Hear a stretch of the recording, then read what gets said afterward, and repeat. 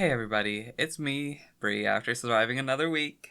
I had training at work this week, and I'm still stressed about the actual work I'm going to be doing now. But training is great, and it was a pretty relaxing week. So hopefully this week won't be too bad going back into things. I got to do a lot of small stuff around the house. I was like shredding old documents and stuff, just getting on top of just like regular upkeep. So I felt really good, and I'm hoping I could kind of keep this energy going forward, even though I'm stressed about new tasks for work. But other than that, I had a real exciting week, so I'm gonna get right to it. First off, the thing that's most glaring because it's physically taking up space next to me and it has a lit up monitor is I set up my laptop with Ubuntu. I don't know if that's how it's pronounced. Ubuntu. I don't know. I read syllables weird because of how I only know English, and then I've just looked at like katakana charts for like 100 years, so it's like permanently made me pronounce things like some weirdo. My weird cross training, but I set my laptop up with Ubuntu, and I'm using it as a Pi-hole server. So, if you haven't heard of Pi-hole before, it's a network level ad blocker that works by acting as a domain name system server, that is a DNS server, with a blacklist for domains that host ads, is my understanding of things. So, a domain name system server is basically a server that routes you to, like, if you go to youtube.com, it'll like send you to their IP address, the correct one, and stuff like that. So, by just blacklisting sites from that, you basically just don't get ads. Unless it's on like some sort of like subtle way that the advertisers are doing it. Like the built-in ads on YouTube, I hear they still go through. Stuff like that. So, you set it up and you set it as your DNS server on any of your devices or your router, and the ads are gone. It's pretty sick for some stuff. It doesn't replace uBlock, but the best example I found so far was definitely just opening the CurseForge app for Minecraft, and the before and after looks insane. Speaking about it technically, though, there's this weird issue I have where if I make it the DNS server that my router uses for my entire network, the router stops working and tries to change its own like address, and then that fucks with all of the devices on my network. And so I just have it set as the DNS server for my PC only. It's been working fine so far for the last day or two.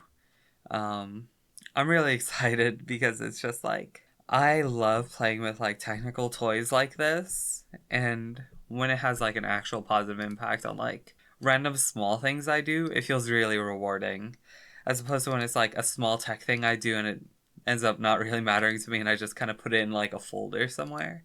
I like the ones where it does feel like there's a change in my like I don't want to say quality of life because it's not that big of a deal, but when there is a change in the quality of like whatever service I'm using or like kind of general computer use. And it was pretty easy other than the whole router complications making me settle. And setting up Ubuntu on my laptop was really easy, and I got this little thing where my mouse from my computer could just kind of connect to my laptop over Wi-Fi, or not over Wi-Fi, but over the network. And so I only need the one keyboard and mouse for the two devices, and I think that's really fun. It's just like when you play with toys, and by toys I mean technology, you realize that they are toys, and you get to just have these things that feel really fun and satisfying, but like if something goes wrong, you could just like reset them or put them away or whatever. You know what I mean? It's like it feels very low risk, and it feels like yeah, it's so sick. It's so sick. I don't know a good way to put it. It's good toys. I call so much shit toys anymore though. So please pardon my poor verbiage. Okay, moving on from the nerd shit though. I've been watching Nanaha, and it is more nerd shit, but it's different. It's different nerd shit, I promise. So Nanaha has this whole thing where it balances the magic, science, and political vibes with the whole battle between people with warring goals and ideals. And my friends have said Nanaha is Gundam. Nanaha is Gundam. You gotta understand, Nanaha is Gundam. And I don't think they're wrong because of how these like the political magic, science, personal elements, like all that stuff ties together. And I think this third season, Strikers, leans into it way more. The first two seasons, it's way more like tame about the political parts, but I think that getting thrown into the balance more makes this more Gundam than the previous seasons, if that makes sense. And I say this even though my favorite is G Gundam, and that's not really political so much as it is just like the Shonen Gundam, as far as I'm aware. I know it's political because everyone is like fighting for their, like, oh yeah, Domon Kashu is fighting for Neo Japan. I don't care. It's not political. We're here because Domon Kashu has a picture of a man and he wants to find him. Anyways, Nanaha Nanaha Strikers gets way more tied into like the political elements behind these clashes. These clashes between like these opposing individuals. And I think that makes it a lot more interesting in like a completely different way than the first two seasons are. Because setting up like Nanaha, Fate, Hayate, and the others, so peak. I loved it so much. And I think that was a great way to introduce the characters. And then you have this basis for this whole setting that goes so crazy.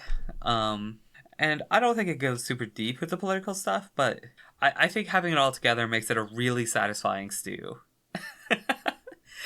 I'm enjoying the bigger active cast. I'm enjoying the whole sort of factional play going on there.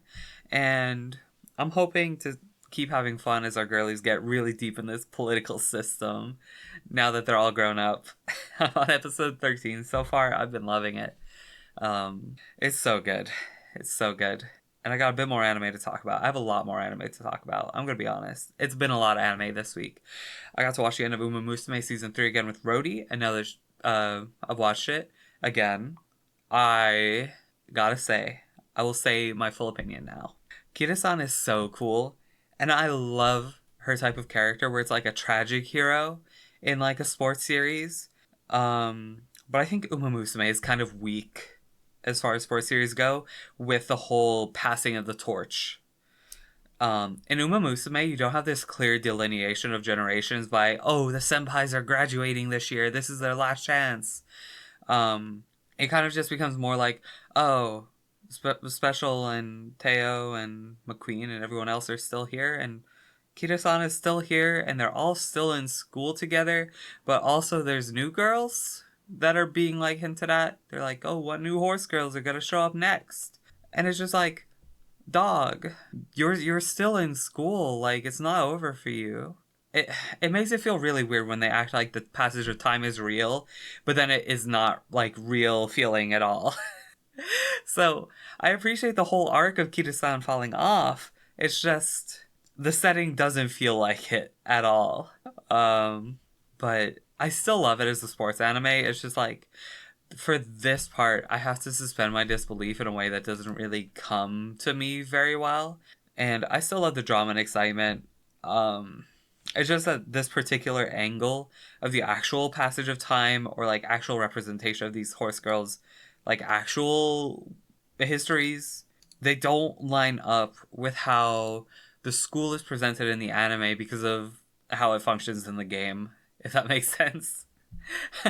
Because I could only assume it's because of like weird stuff with, oh, because they're all active in the game, we don't want to show them like retiring for real or something, you know? So I imagine this is just something that's weird because of it being tied to a gacha game.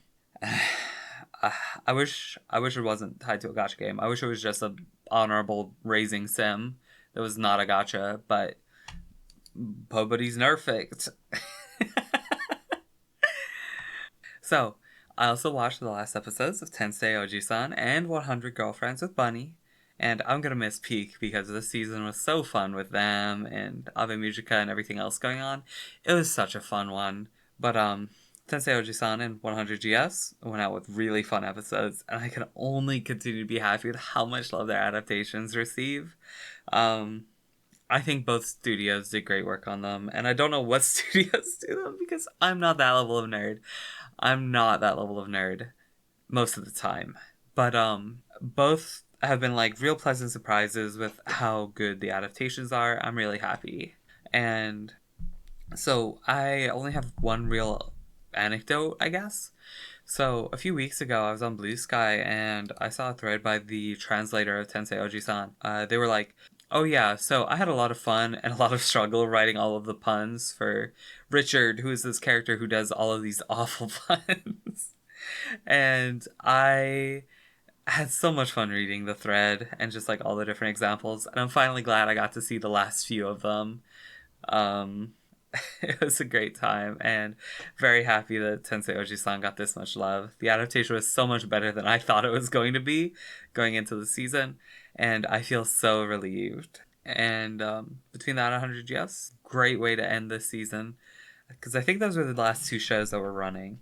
Um, Not running, but like shows I hadn't seen the ending of.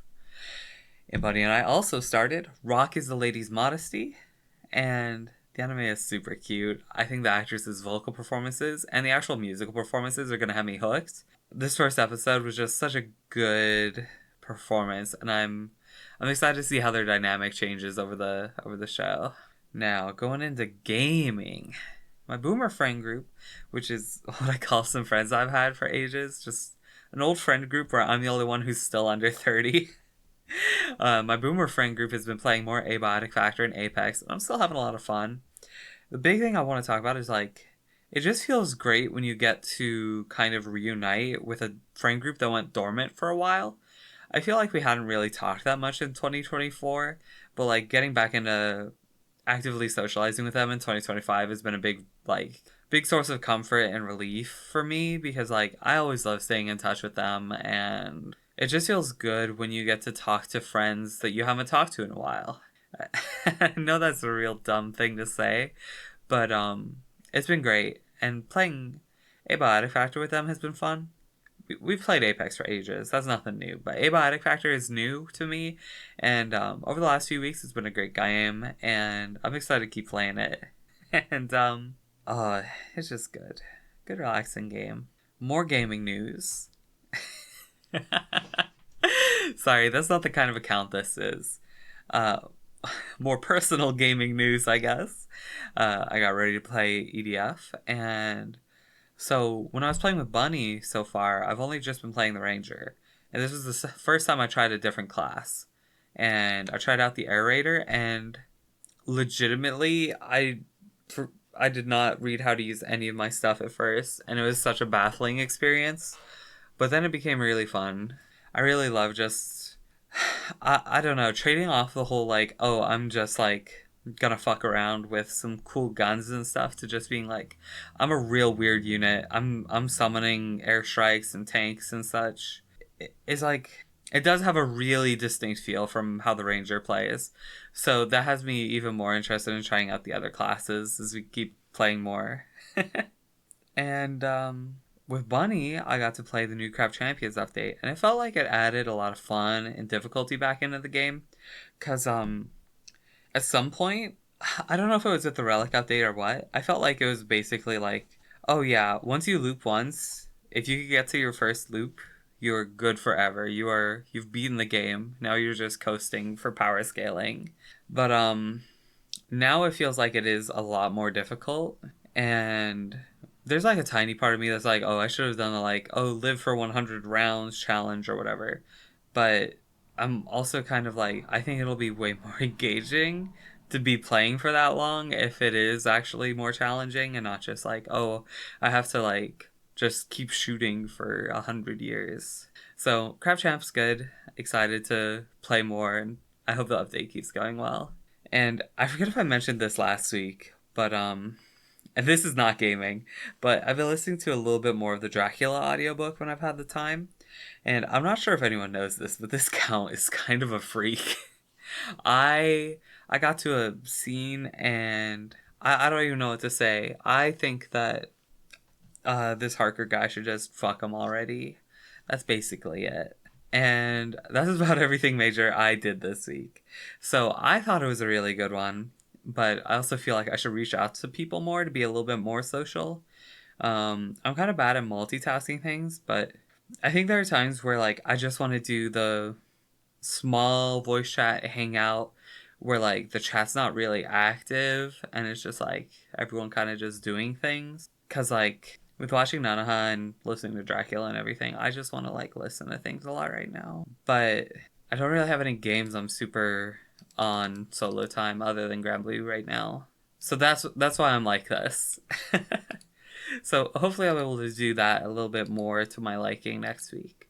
But even if I don't, it's no big deal. But that's more of a hindsight creating a future goal thing. So let's get into the actual like upcoming goals. First off, I might be getting my keyboard stuff coming in over the next few days or next week or so. I'm not really sure because I have too much shit coming in to keep track of all the shipping dates, if I'm being honest. So I'm hoping everything comes in well and the bastard tariffs don't fuck with them. And I hope they stay safe and get here. It's just like, get here safe, kids. I need you all to arrive in one piece. I wrote that out and it was so funny in text to me. And then saying it out loud, I felt like an alien from space. But it's true, like, I need them to get here because I want to make that keyboard so bad. I want to make that keyboard so bad because, like, I just have so much, like, chronic irritation. Because it's not, like, always pain. It's just, like, discomfort in, like, my hands and wrists when I'm on the computer too much. So being able to manage that would feel great, I think. Secondly, I think I want to do more study nerd stuff with the laptop. It's like I got that Ubuntu install set up on it and the Pi-hole server and everything. And one thing I was researching between writing parts of this is how to get the laptop lid being shut to not put the computer to sleep.